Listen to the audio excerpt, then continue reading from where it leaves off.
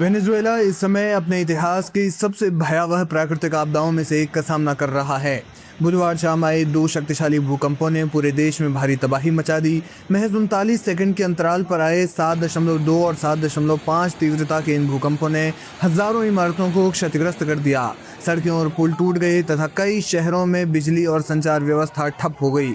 शुरुआती रिपोर्ट्स के मुताबिक इस आपदा में अब तक 235 लोगों की मौत हो चुकी है, जबकि 1500 से ज्यादा लोग घायल हो चुके हैं। 200 से ज्यादा लोगों के अभी भी मलबे में फंसे होने की आशंका है और राहत कर्मी उन्हें निकालने के लिए लगातार अभियान चला रहे हैं। इस त्रासदी की सबसे चिंताजनक बात बड़ी संख्या में लोगों के लापता होने की है। शुरुआती रिपोर्ट के अनुसार 39,000 से ज्यादा लोगों के लापता होने की आशंका जताई जा रही है। अधिकारियों का कहना है कि कई इलाकों से अभी भी संपर्क पूरी तरह बहाल नहीं हो सका है और राहत एवं बचाव कार्य जारी रहने के कारण लापता लोगों की संख्या में और बढ़ोतरी हो सकती है।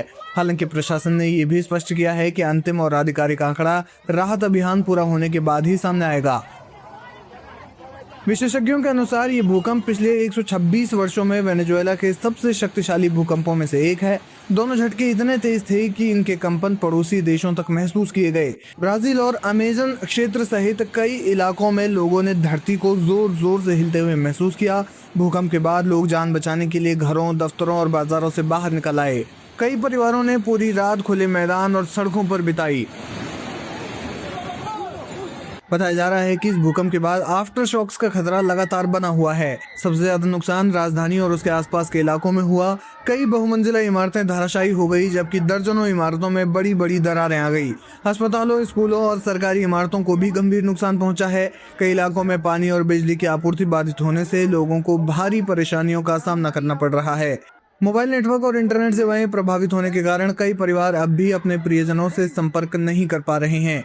राहत और बचाव अभियान युद्ध स्तर पर चलाया जा रहा है। सेना, आपदा प्रबंधन एजेंसियां, स्थानीय प्रशासन और स्वयंसेवी संगठन भारी मशीनों, ड्रोन्स और खोजी कुत्तों की मदद से मलबे में दबे लोगों की तलाश कर रहे हैं। कई जगहों पर बचाव कर्मी अपने हाथों से मलबा हटाकर जीवित लोगों को निकालने की कोशिश कर रहे हैं।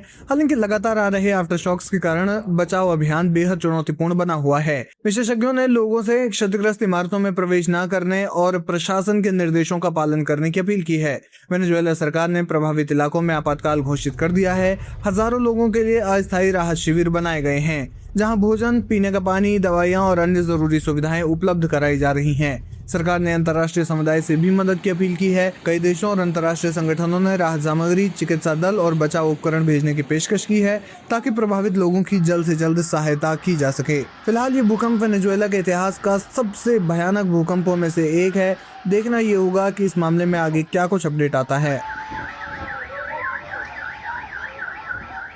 Marico, Marico, Marico.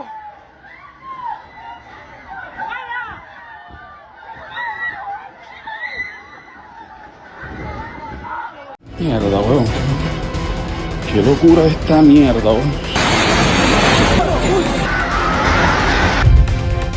एक तरफ पैरों के नीचे हिलती जमीन और दूसरी तरफ ताश के पत्तों की तरफ भरभराकर डहती इमारतें। ये किसी हॉलीवुड या बॉलीवुड फिल्म का डरावना सीन नहीं, बल्कि वेनेजुएला में आए विनाशकारी भूकंप का वो खौफनाक सच है, जिसे एक शख्स ने अपनी जान पर खेलकर अपने मोबाइल कैमरे में कैद कर लिया। देखिए इन तस्वीरों को। यह शख्स अपने अपार्टमेंट से नीचे भागने की कोशिश की जुगत में है, लेकिन रास्ता देने वाली सीढ़ियां मलबे में तब्दील हो चुकी हैं। दीवारों से कंक्रीट उखड़ चुका है और हर कदम के साथ मौत का खतरा मंडरा रहा है। सोशल मीडिया पर वायरल हो रहा है ये वीडियो वेनेजुएला में मची तबाही का सबसे बड़ा प्रमाण बन चुका है। अंतर्राष्ट्रीय मीडिया रिपोर्ट्स के मुताबिक जब महज 39 सेकंड के भीतर 7.2 और 7.5 तीव्रता के दो एक के बाद एक बैक टू बैक झटके आए, तो यह शख्स भागने के बजाय सच को रिकॉर्ड करने का फैसला करता है। इस वायरल हो रहे वीडियो में साफ देखा जा सकता है कैसे बहुमंजिला इमारतों का आंतरिक ढांचा पूरी तरह फेल हो चुका है। शख्स जैसे जैसे नीचे उतरता है, तबाही का मंजर और करीब से गहरा होता जाता है। मीडिया आउटलेट्स इस वीडियो को वेनेजुएला के इतिहास के सबसे डरावने पलों में से एक मान रहे हैं। ताश के पत्तों की तरह ढेर हो रही ये इमारतें मानो कभी यहाँ कुछ था ही नहीं, बल्कि सिर्फ ये खंडहरों का एक ढेर है। ये वीडियो सिर्फ एक इमारत की कहानी नहीं। वेनेजुएला के कार्यवाहक राष्ट्रपति डेल्सी रोड्रिग्स ने देश में राष्ट्रीय आपातकाल लागू कर दिया। यह साल 1900 के बाद यानी पिछले 126 सालों में आया वेनेजुएला का सबसे भीषण भूकंप। राजधानी काराकस से लेकर तटीय इलाकों तक दर्जनों गगनचुंबी इमारतें इसी तरीके से मलबे का ढेर बन चुकी है। आधिकारिक मीडिया रिपोर्ट्स के मुताबिक इस आपदा में अब तक सिर्फ 160 से 165 लोगों की मौत हुई है और 1000 से अधिक लोग अस्पतालों में जिंदगी की जंग लड़ रहे हैं। क्योंकि उस दिन राष्ट्रीय अवकाश था, इसलिए लोग अपने घरों में थे।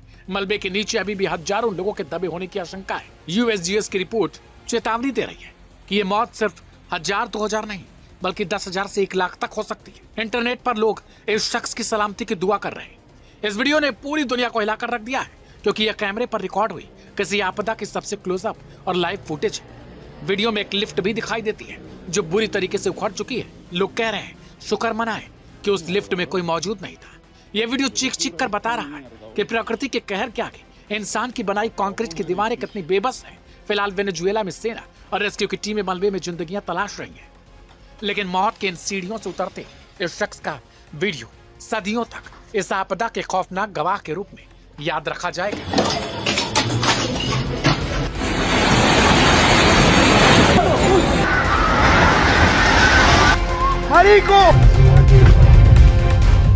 क्या शहर, क्या गांव, क्या छोटे छोटे घर और क्या गगनचुंबी इमारतें, महज चंद सेकंड और हंसता खेलता एक पूरा शहर मलबे के ढेर में तब्दील हो गया। वेनेजुएला में बुधवार की शाम जब आई तो अपने साथ मौत का एक ऐसा तांडव लेकर आई जिसकी कल्पना किसी ने नहीं की थी। 7.2 और 7.5 तीव्रता की बैक टू बैक 2 झटकों ने धरती को ऐसे हिलाया कि बड़ी बड़ी कंक्रीट और इमारतें ताश के पत्तों की तरह धराशायी हो गई।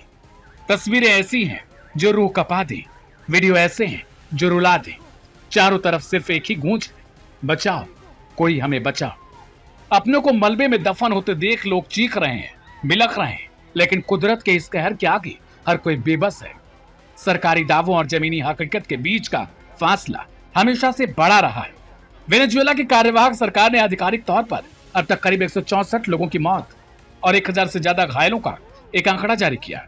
लेकिन क्या सच सिर्फ इतना है? बिल्कुल नहीं।